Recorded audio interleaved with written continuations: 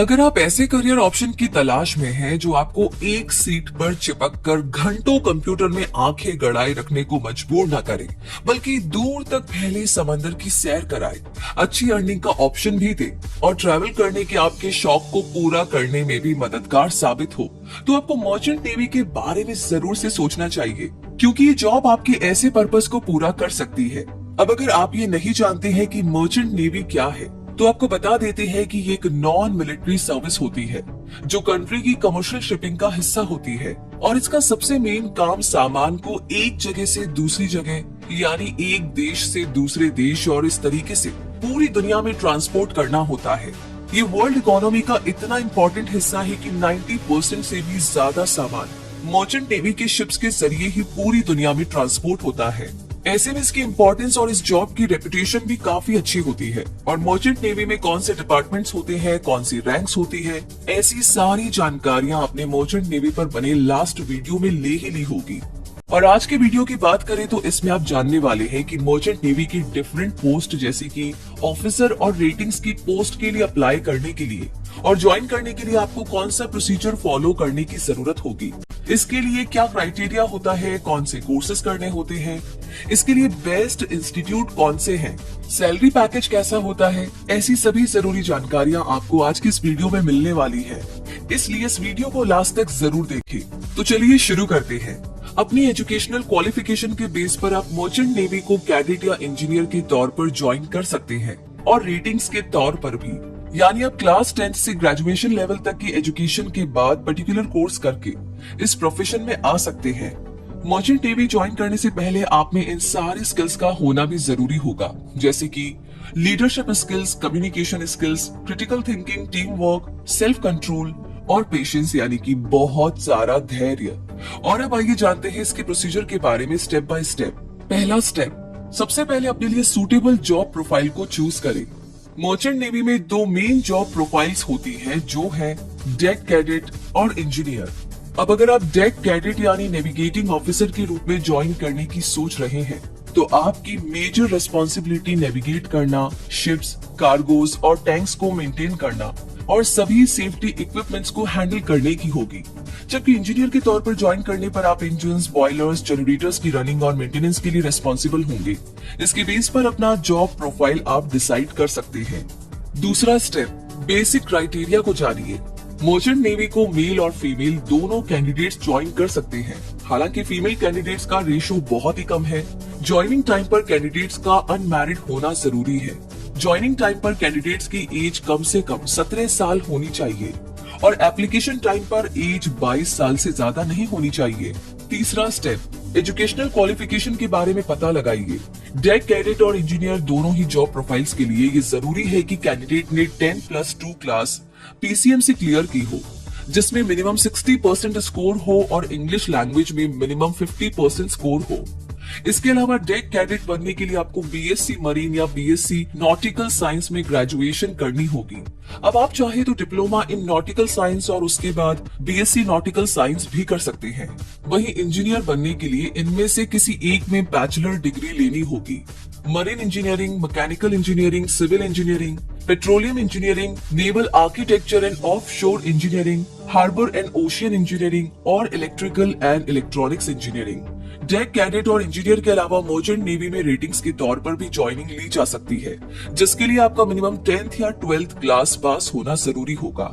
जिसके बाद आपको 6 महीने की ड्यूरेशन का pre sea GP rating course complete करना होगा।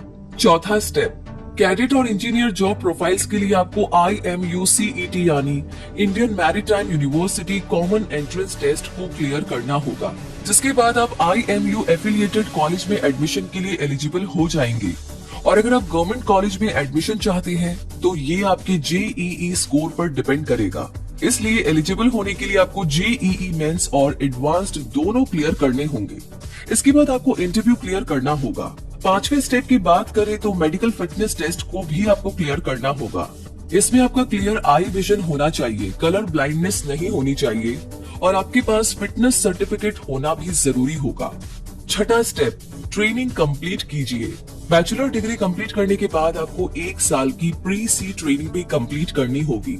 जिसके बाद कैडेट प्रोफाइल के लिए आपको शिप्स पर काम करते हुए 18 महीने की ट्रेनिंग भी पूरी करनी होगी, जबकि इंजीनियर्स को 6 मंथ की यानी कि 6 महीने की ऑन शिप ट्रेनिंग कंप्लीट करनी होगी। 7वां स्टेप, कॉम्पिटेंसी एग्जाम्स के लिए अप्लाई करें।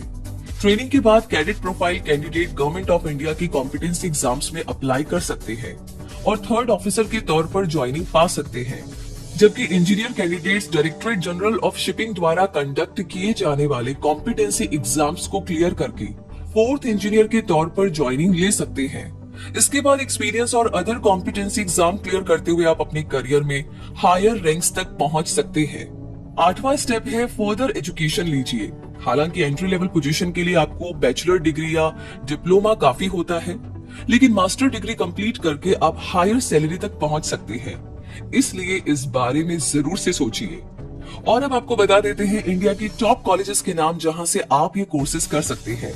IMU campus Cochin, IMU campus Mumbai, Tolani maritime institute Pune, applied research international Delhi, international maritime institute greater Noida, Samudra institute maritime studies Mumbai, the great eastern institute of maritime studies Mumbai, CV Raman college of engineering यानी कि CVRCE Bhubaneswar, Cochin shipyard limited Kochi और oceanic maritime institute यानी कि OMI Dehradun.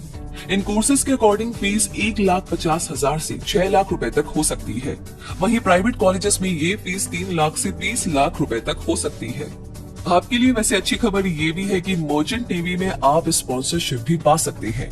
ये sponsorship थोड़ी different जरूर होगी क्योंकि ऐसी बहुत सी शिपिंग कंपनीज है जो इंटरेस्टेड स्टूडेंट्स को स्पॉन्सरशिप ऑफर करती हैं। जो कोर्सेज के लिए ऑफर की जाती है, इसमें शिपिंग कंपनी के साथ कॉन्ट्रैक्ट साइन करना होता है, जिसके बदले में वो कंपनी आपके कोर्स के लिए पे करती है और आपकी ट्रेनिंग और जॉब की अश्योरिटी वो कंपनी देती है। कुछ कंपनीज अपने खुद के कोर्सेज भी कंडक्ट करती है, जिन्हें ज्वाइन करने पर गारंटी जॉब प्लेसमेंट ऑफर किया जाता है। लेकिन दोस्तों, इस तरह की स्पॉन्सरशिप कंपनी के बारे में पूरी जानकारी लेने के बाद ही, श्योर होने के बाद ही लेनी चाहिए। और अब सैलरी के बारे में जाने तो डेक डिपार्टमेंट में रैंक वाइज मिलने वाली पर मंथ सैलरी कुछ ऐसी होती है।